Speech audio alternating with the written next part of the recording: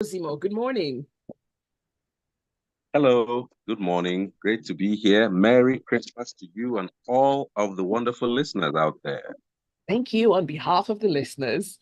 Good morning, Zibby. Good morning, Navy. Good morning, Lagos. And Merry Christmas to everyone. All right, let's start off with the president's greetings coming from the nation. President Bola Tinubu has congratulated Nigerians, especially Christians, as they're celebrating the Christmas, urging them to use the period to reflect on the life of Jesus. Today is Christmas, and as is to be expected, the president has sent out a nicely worded goodwill message, encouraging people, reminding people about the reason for the season, and also assuring people that whatever challenges we might be experiencing right now are just part of the route where we shall go from where we are to a position of renewed hope in accordance with um, his promises when he was running for office. I I mean, it's a good message. It's well within the spirit of the season, but at times I wonder whether he has the audience right. You're telling Nigerians about what Nigerians know. I wonder whether the people who should be told to make more sacrifices are actually closer to you in the legislature and all that, because from my perspective, very little sacrifice has been made in the halls of leadership. Travels have gone on literally as always. We have had prayers being sent at the times, every prayers being sent to mailboxes every time, people close. And assorted, SUVs that can't be driven on because Nigerian roads are bad have been disputed, but I don't know whether there's any reports in the last 6 months of the oversight that those vehicles were supposed to do. So we'll take the message from the president. As ordinary citizens, we have no choice.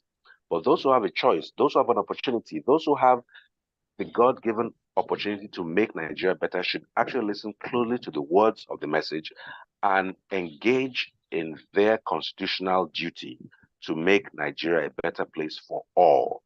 At which point we can really enjoy the thoughts, the content, and the message behind Mr. President's speech. Merry Christmas to everybody who listens, and to all of us, we wish for a great new year. All right, let's move on to Punch. The much awaited National Population and Housing Census will now be held in November next year.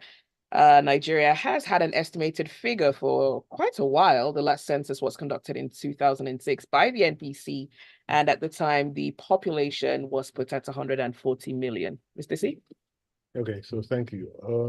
The president launched the Electronic Civil Registration and Vital Statistics System alongside the National Geospatial Data Repository and the National Coordination Committee on the CRVS in Abuja.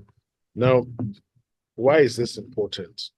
In each local government in the country, there is a register for people who are born and people who die.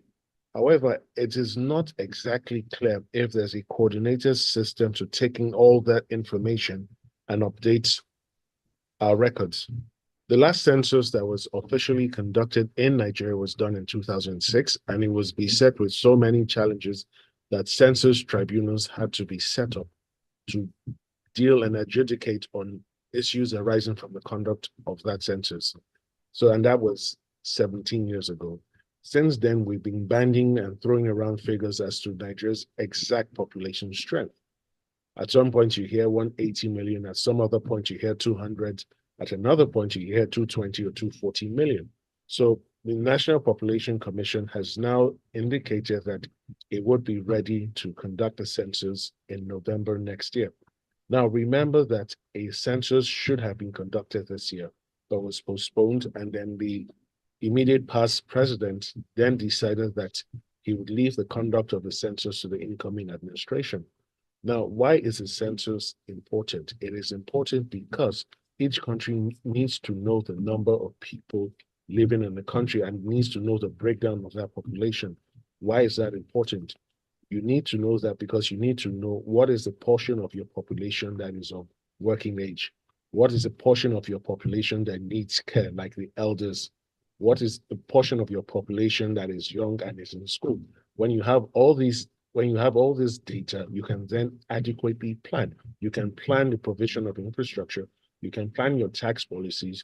You can plan social welfare policies that we put in place to ensure that your policies get on track. Now, it is also important that this coming census is done properly, because another important point to remember is every single census that has been conducted in this country since independence has had its figures challenged.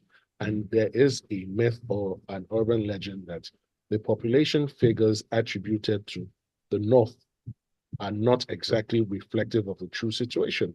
Now, it becomes more interesting when you see the turnout for the polls that were held this year. In some states, we could barely see 500,000 people coming out to vote. So it begs the question, what exactly is Nigeria's current population strength? And if we do not get this right now, even at this current dire situation, I dare say the future will look even bleaker for all of us. So this is a clarion call to the NPC. Please conduct it properly and get your acts right. And let's for once have information we all agree is correct and we can rely on. AB? Two things. I remember when that census was about to be done, people very easily using Google search benchmarked the proposed cost of Nigeria's census against censuses carried out in countries of comparative population, comparative at least on record. Ours was anything between 4 and 8 times. It was going to cost between 4 and 8 times that amount.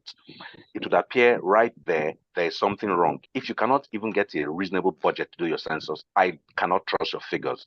Secondly, Nigeria, before now, has been the only country where evidently the population appeared to increase the further you went away from water or the coast. So hopefully this census may, let's just use the word, recalibrate some of these numbers, because it's almost beggared belief that as you got closer to the desert, there were more people. It was somehow difficult to understand that. In most other parts of the world, people tend to be more where you have sources, natural sources of water. But, leave it as it is.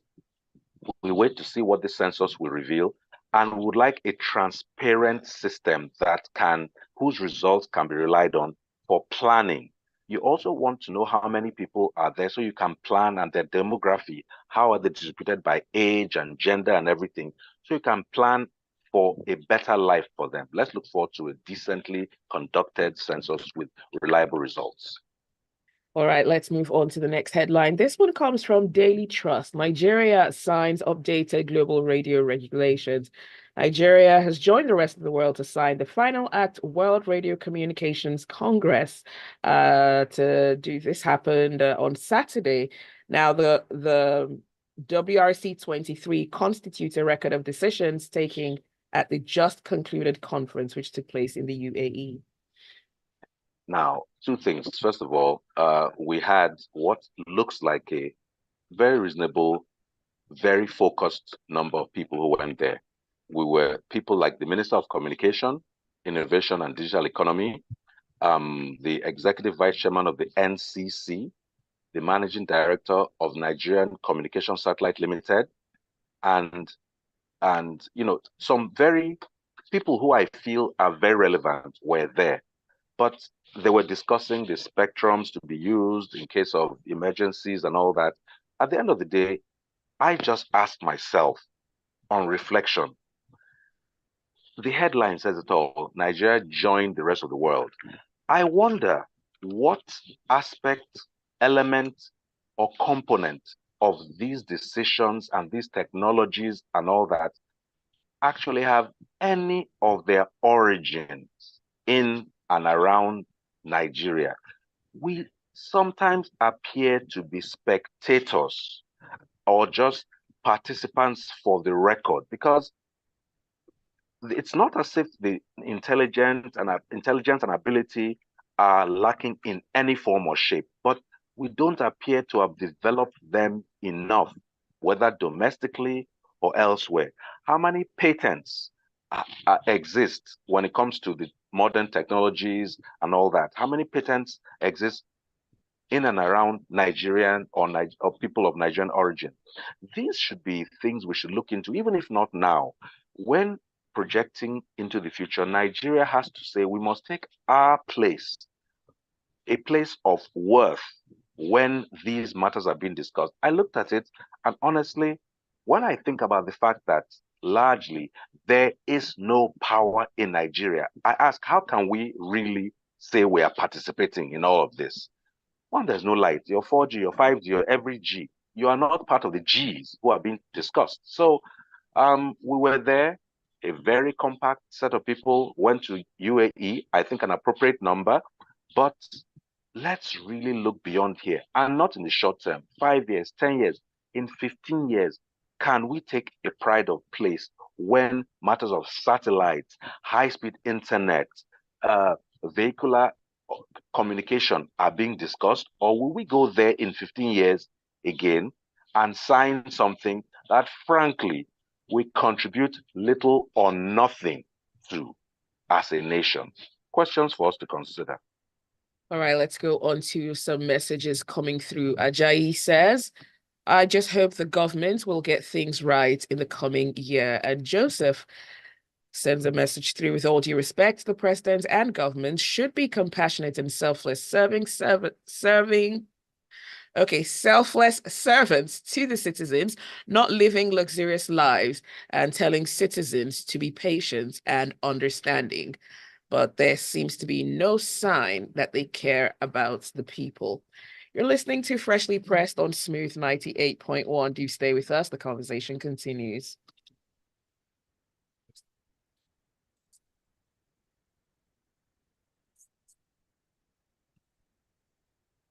For a reliable way to grow your money, let me tell you about ARM. ARM is one of the largest non-bank financial institutions with over 29 years of expertise in money management and wealth creation. It's almost 3 decades. ARM is all about ensuring your financial goals are met with ease, no matter who you are. Now, whether it's growing your money, safe, well-managed investments for important goals like school fees, personal development, vacations, rent, buying a property, preparing for the future, ARM is what you cover. We all know there are a lot of apps out there promising to grow your money, but ARM has everything you need to go from where you are to where you need to be. Start your wealth creation journey today by downloading the ARM One app from the Google Play Store or iOS Store. Great options for everyone. You even start with as low as 1,000 naira, just 1,000 naira. For more information, visit arm.com.ng or call 01-271-5002. That's 01-271-5002. ARM, let's face tomorrow together. All right, we're going back on. RM, invested in your tomorrow. This is Freshly Pressed on Smooth 98.1. We're looking at the news stories making the headlines across the country. The analysts are in, Mr. C and AB, and would love to hear from you. So just send us a message. Let us know your thoughts. WhatsApp number is 0809 440 981. And you can also tweet at Smooth981. From Vanguard, SREP sues NNPC over failure to account for Nigeria's daily oil production revenues. Okay, thank you, Zibby. So, SREP has decided to sue the NNPCL over its failure to account for Nigeria's daily oil production revenues.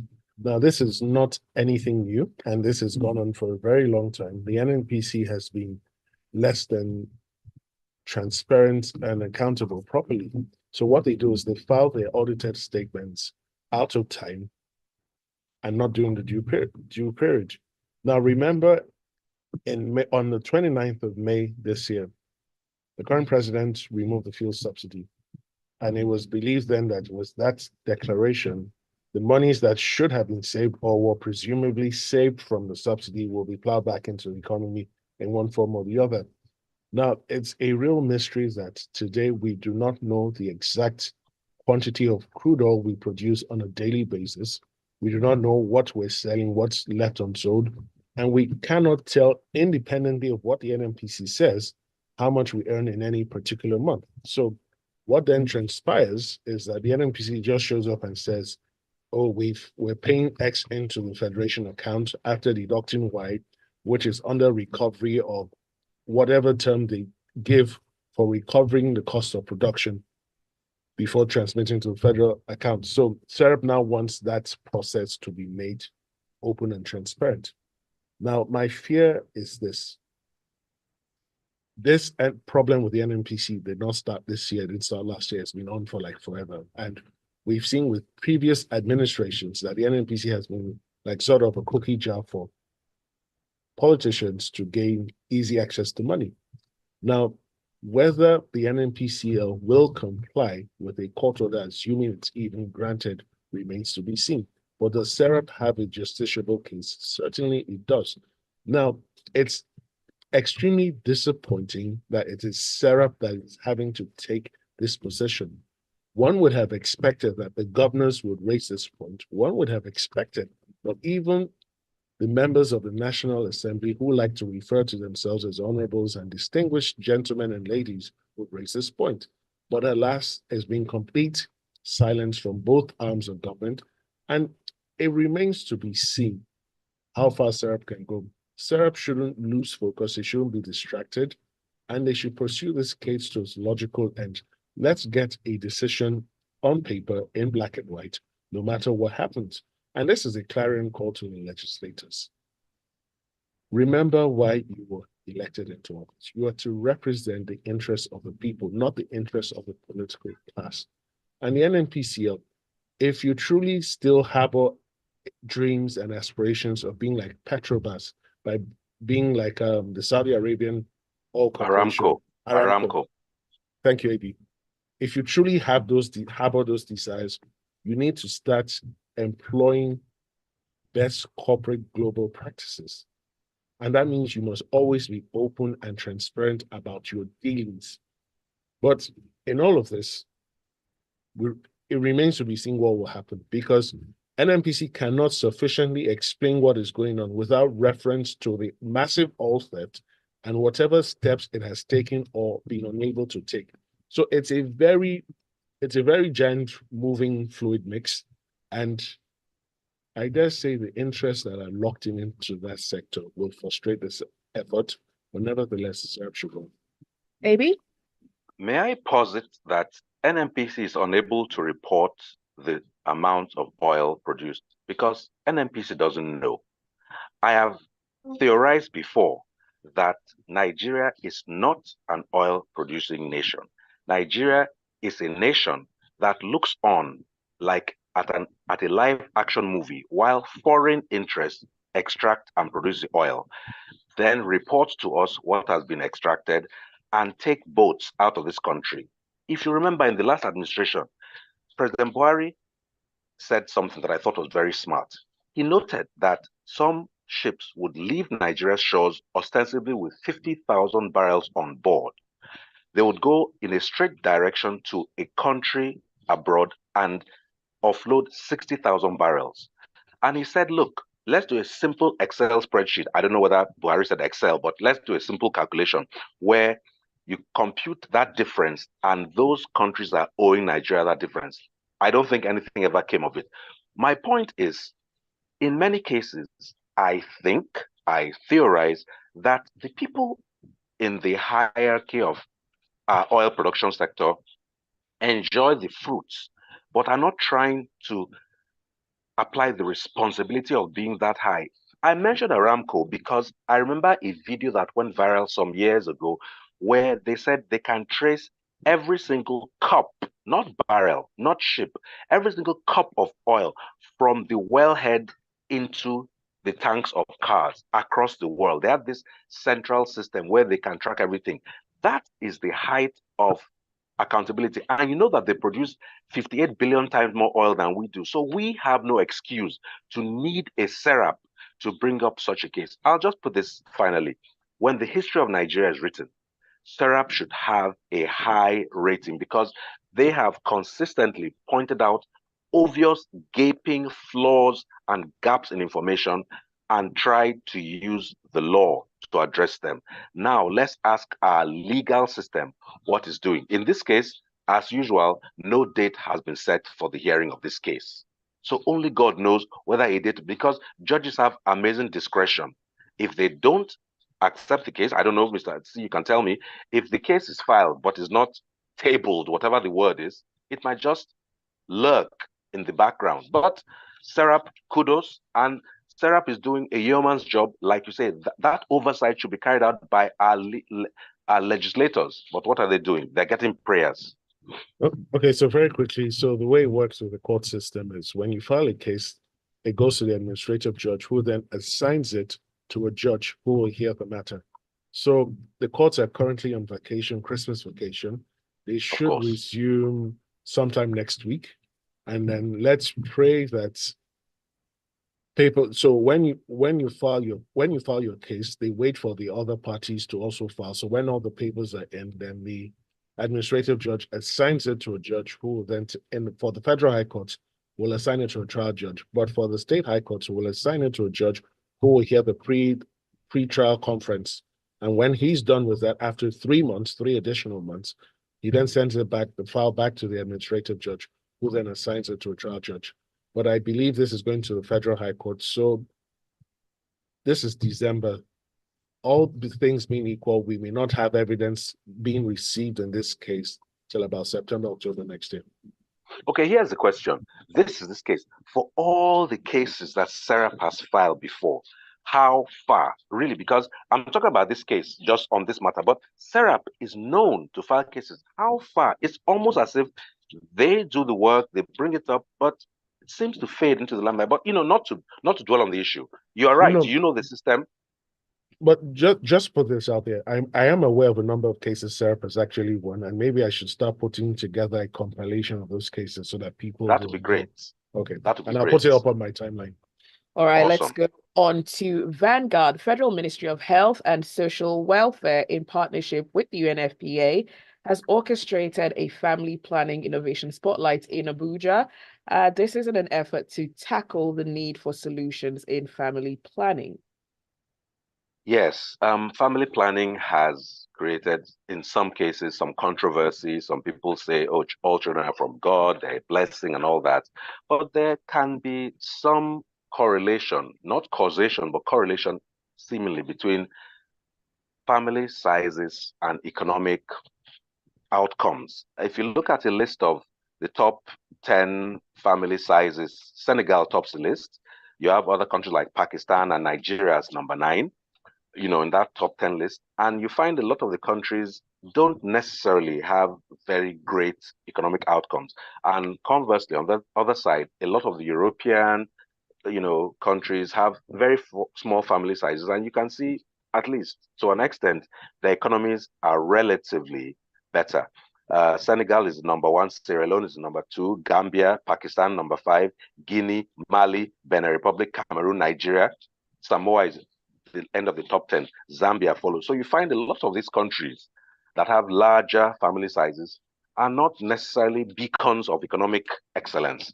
Now, a large family is not necessarily a bad thing if it's properly counted in a census and proper facilities are provided for that family to develop. A large family in and of itself is not a bad thing. So we're talking about planning. Even if you're going to have a large family and you are planning appropriately for provision for them, you can still have great outcomes. So there's this innovation that is being introduced by certain people alongside with the Ministry of Health and Social Welfare and the United Nations Population Fund to at least make the elements of family planning more accessible, make them to destigmatize the notion of family planning in and of itself, and to try and increase the modern contraceptive prevalence rate to, a number that helps a bit more. These, of course, family planning decisions are very personal and very culturally relevant. Cultural factors can affect them and all that. But I would say in a broad sense that family planning should be seen as a tool to aid in the proper development and maintenance of family. It should not be seen, I cannot speak for everybody, but my perception is that sometimes some cultural and religious authorities come down hard on it, and maybe they should take a second look, not to say yay or nay, but to see what elements and aspects of it could help in the lives of the people. And if innovations like this can be introduced, where you can destigmatize, you can encourage improvements in the process, you might have better outcomes in the medium to long term.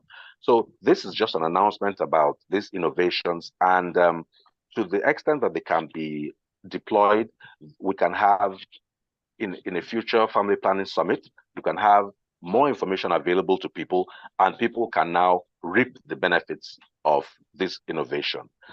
Kudos to the ministry. They're trying to do a lot of what they do, because it's a federal ministry, remember, of it has welfare, because how people are living, their welfare is very important. All right, thank you, AB, for that. Premium Times 2024 budget. Tinubu's improved funding for education, still below UNESCO recommendation. Okay, thank you, Zibby. So very quickly, for the longest time possible, we've never gotten it right with education and funding it via the budget. So we've never hit 10% of the budget for education, and it hasn't changed with this new administration. Now, this new administration, 6.39% of the total budget was allocated to education, and it falls below the UNESCO recommendation of 15%. What does that then mean? In very simple terms, and in the short term to the midterm, it means that whatever constraints that still exist or currently exist in the education system will to a large extent continue to remain, because we're not addressing the problems. Now, even with that, the education, so 1.54 trillion was voted for the education sector. Of that amount, only 23% or 330 billion was set aside for capital projects. 77% or 1.04 trillion naira is for recurrent expenditures, and that is salaries and overhead costs. So how do you get better? How do you move Nigeria further in the science and technology revolution if you are not even spending money to get there? It's not going to happen by declaration or wishes. Now, science continues to evolve on a daily basis. You should see what the United Arab Emirates is doing with science. They're going 60, 70, 100 years into the future. Same thing with Saudi Arabia. Same thing with countries like Japan, South Korea, China. But here we continue to fool around, we continue to monkey around, and we think we're getting there. Look at our universities. We cannot attract top talent outside Africa. We can attract the best lecturers. We can attract good foreign students to come in even on the exchange programs. Nothing of the sort. When the rankings of top schools in Africa are done, there is no Nigerian school in the top 10. No surprises there. And what is the plan going forward? Almost every year, ASU is on strike for understandable reasons, and they're not addressing the real problem. How do we get out of this hole?